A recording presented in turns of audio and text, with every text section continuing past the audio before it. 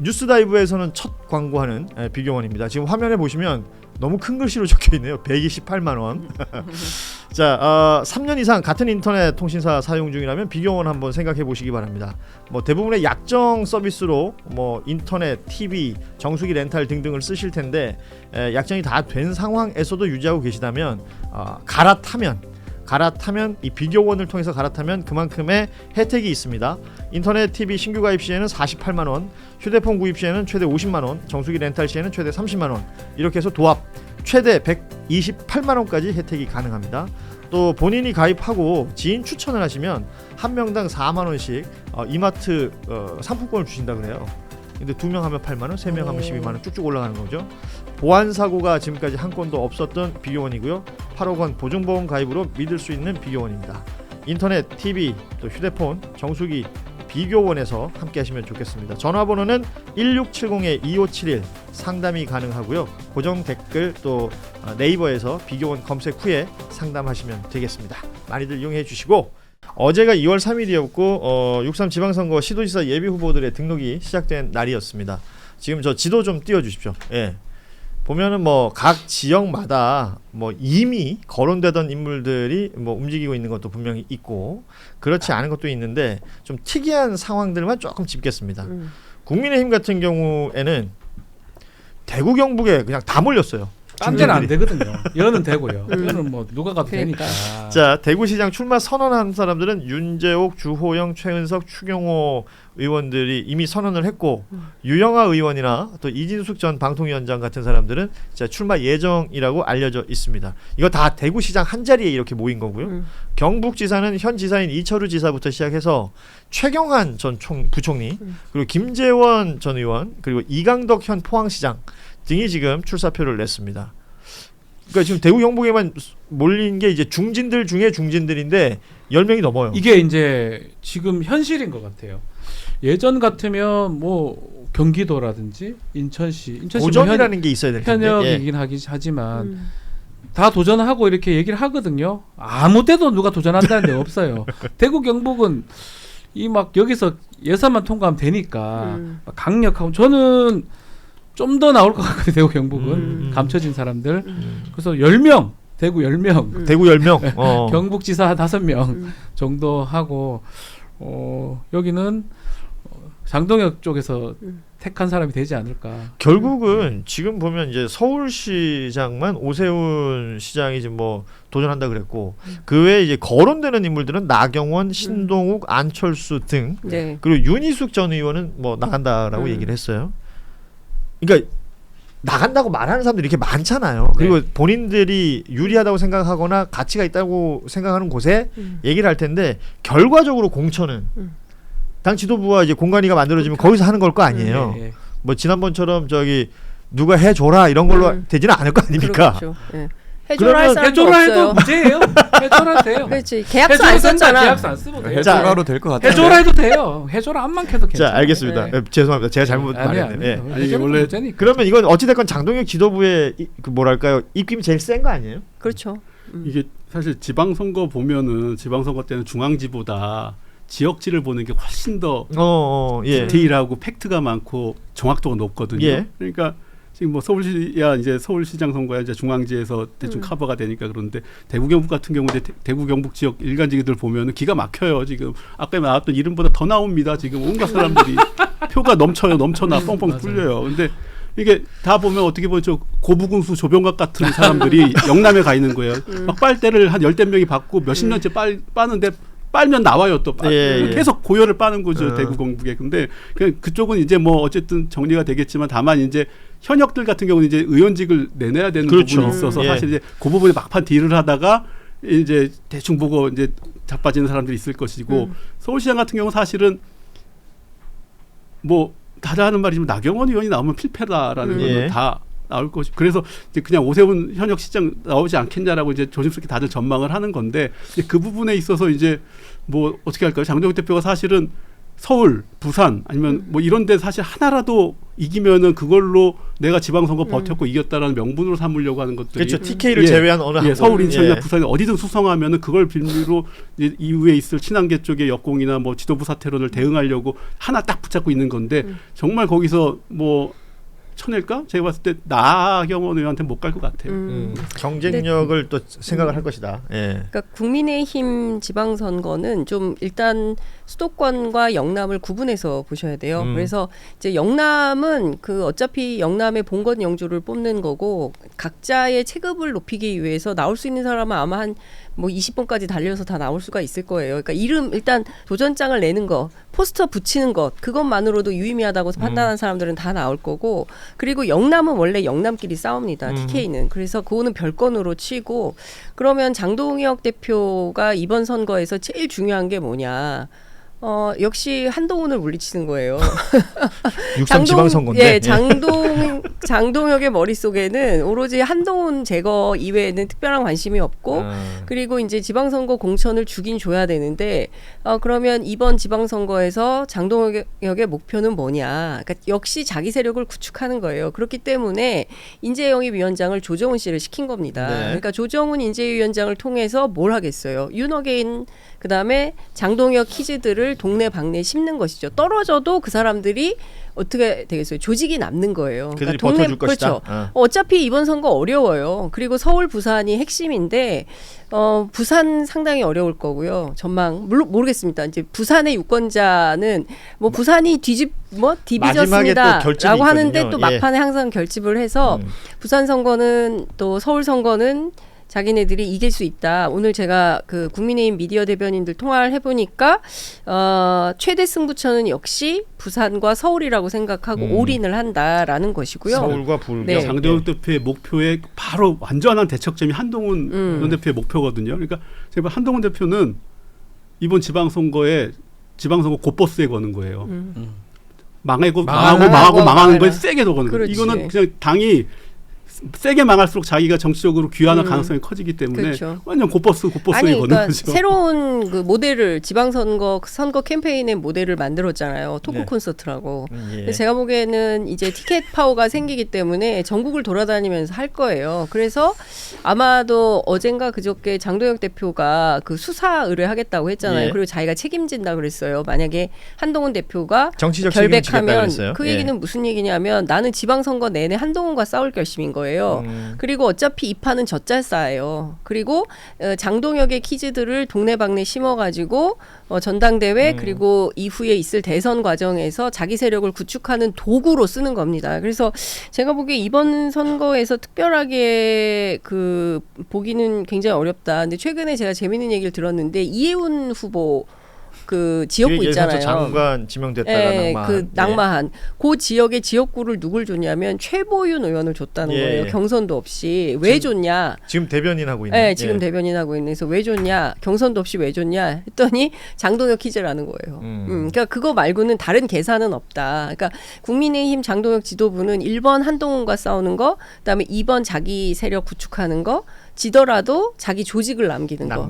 네, 그렇게 해서 뭐 전당대회 그리고 그 이후에 있을 대선에 이제 자기 세력 구축 이게 핵심이다 이렇게 얘기합니다. 근데 승리는 저는 한동훈하고 장동혁 보면 장동혁이 유리하다. 훨씬 유리하죠.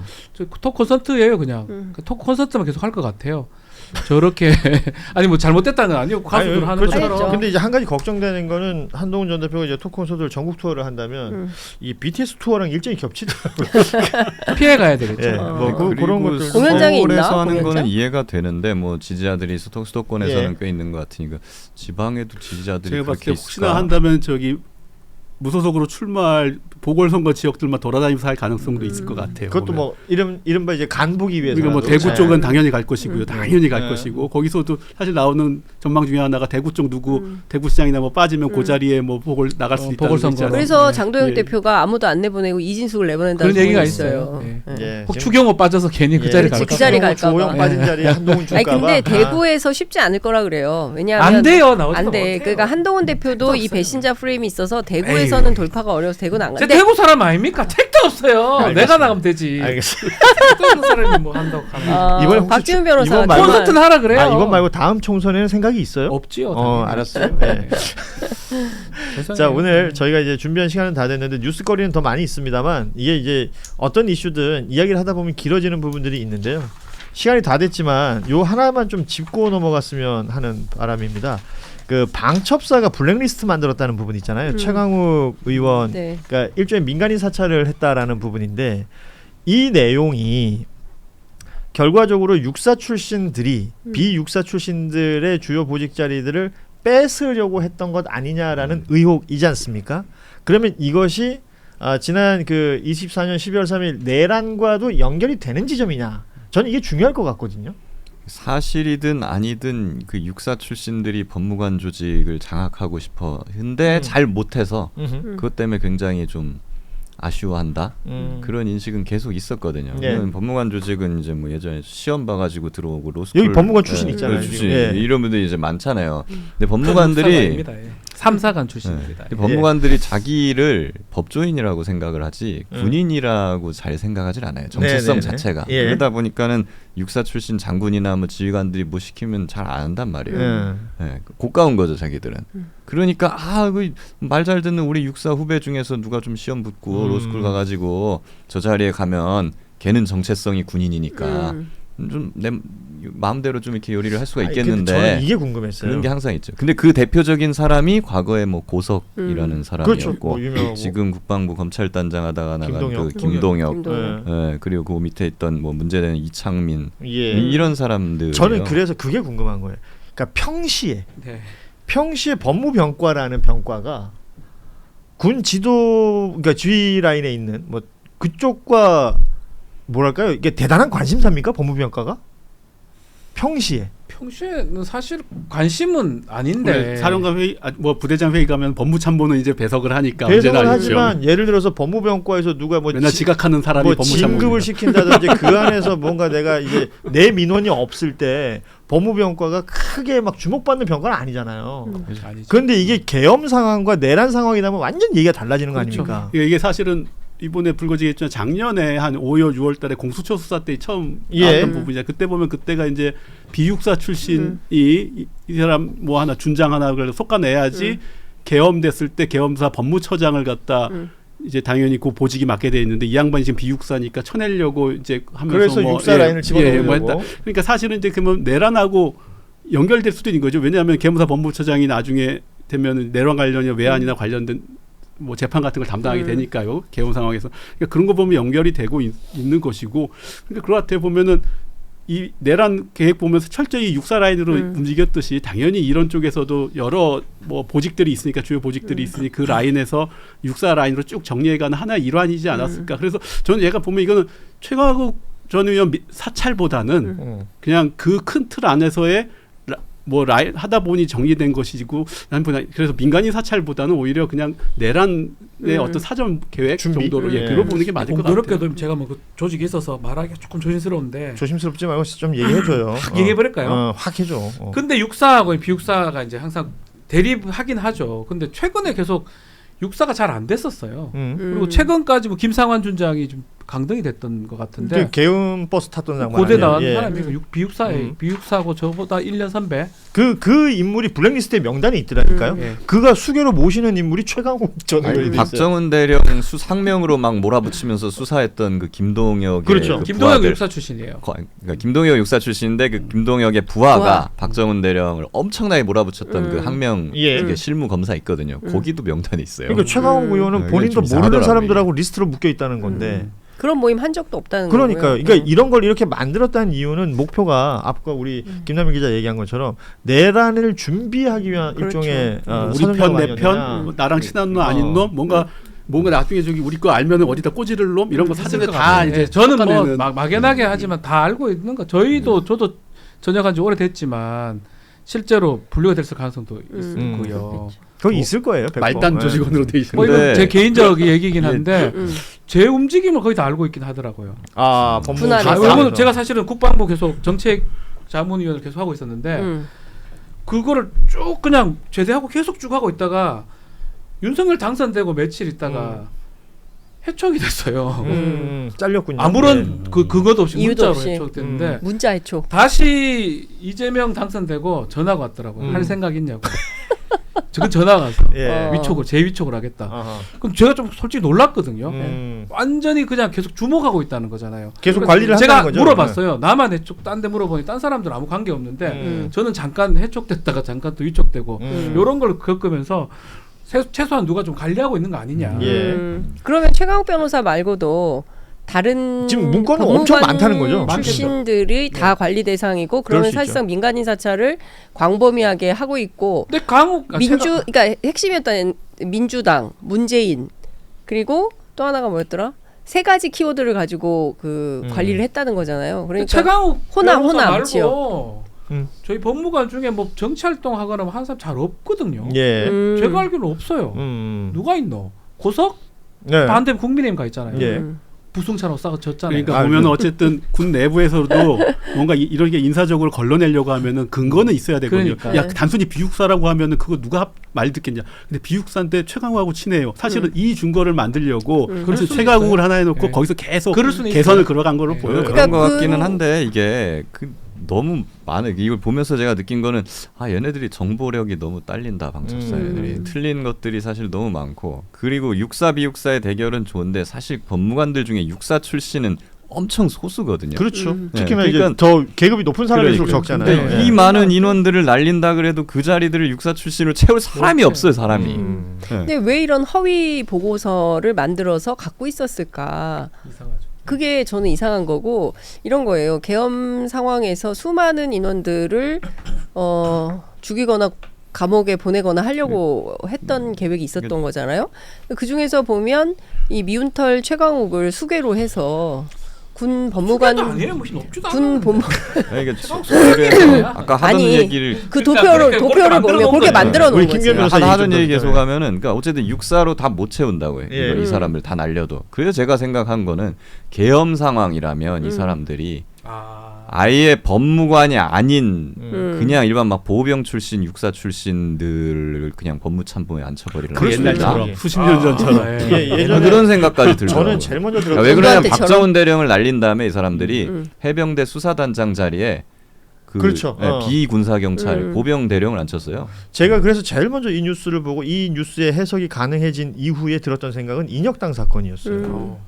그러니까 재판을 통해서 누군가를 없애려고 하려면 그 절차는 밟지만 그 안에 엉망진창으로 돌아가도 아무 말 할 수가 없는 구조를 만들어 버린다면 이게 그러니까 계엄이 많이 성공해가지고 계엄 상황 하에서의 일반 민간인들의 재판도 군사 재판으로 가는 거 아닙니까? 그렇죠.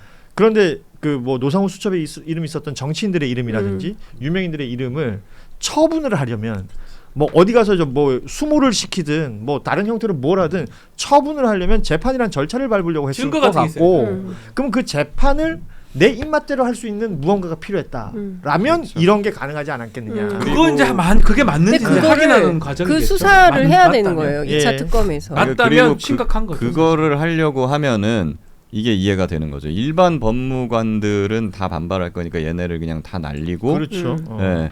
그냥 뭐 보병이니 후병이 일반 군인들을 그 자리에 갖다 앉혀야 내 말대로 될 텐데 근데 문제는 그렇게 하려는 명분을 만들자고 하면은 그치. 얘네들은 다 최강욱 그 사단들이야. 그치. 요 조직 정도는 돼야 왜냐면 기존의 가장 법무관들을 다 날릴 수 있는 유명하고 거지. 약간 악명이 있으니까 네. 뭐 그렇게 이용하려고 했으면 뭐 인혁당 사건처럼 아니, 네. 딱 만들 수 네. 있는. 그냥 육사 출신 법무관을 앉히려고 하면은 그렇게까지 무리 안 해도 안 해도 돼요. 되는데. 아니, 그냥 임명시키면 인사로 돼요. 그냥 앉히면 돼요. 김동현 장군 됐잖아. 안 됐나? 김동현 뭐고 걔? 준장 장군이죠. 네, 미안해요, 준장. 네, 김동현 씨. 준장. 친구야 동갑이야. 좀 친구예요? 그럴 수 있잖아요. 아, 구속 안 됐잖아. 친구 치고는 훨씬 우리 박준 변호사 젊어 보이네요. 제대로 해서 그래요. 맞아. 군복 입고 있으면 10살 더 들어 보여요. 네. 염색을 안 하더라고요. 네, 그렇습니다.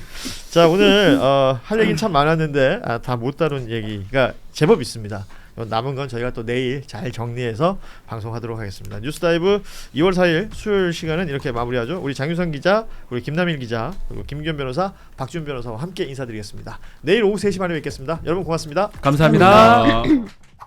뉴스다이브에서는 첫 광고하는 비교원입니다. 지금 화면에 보시면 너무 큰 글씨로 적혀있네요. 128만 원. 자, 3년 이상 같은 인터넷 통신사 사용 중이라면 비교원 한번 생각해 보시기 바랍니다. 뭐 대부분의 약정 서비스로 뭐 인터넷, TV, 정수기 렌탈 등등을 쓰실 텐데 약정이 다 된 상황에서도 유지하고 계시다면 갈아타면 이 비교원을 통해서 갈아타면 그만큼의 혜택이 있습니다. 인터넷 TV 신규 가입 시에는 48만 원, 휴대폰 구입 시에는 최대 50만 원, 정수기 렌탈 시에는 최대 30만 원, 이렇게 해서 도합 최대 128만 원까지 혜택이 가능합니다. 또 본인이 가입하고 지인 추천을 하시면 한 명당 4만 원씩 이마트 상품권을 주신다 그래요. 근데 2명 하면 8만 원, 3명 하면 12만 원 쭉쭉 올라가는 거죠. 보안 사고가 지금까지 한 건도 없었던 비교원이고요. 8억 원 보증보험 가입으로 믿을 수 있는 비교원입니다.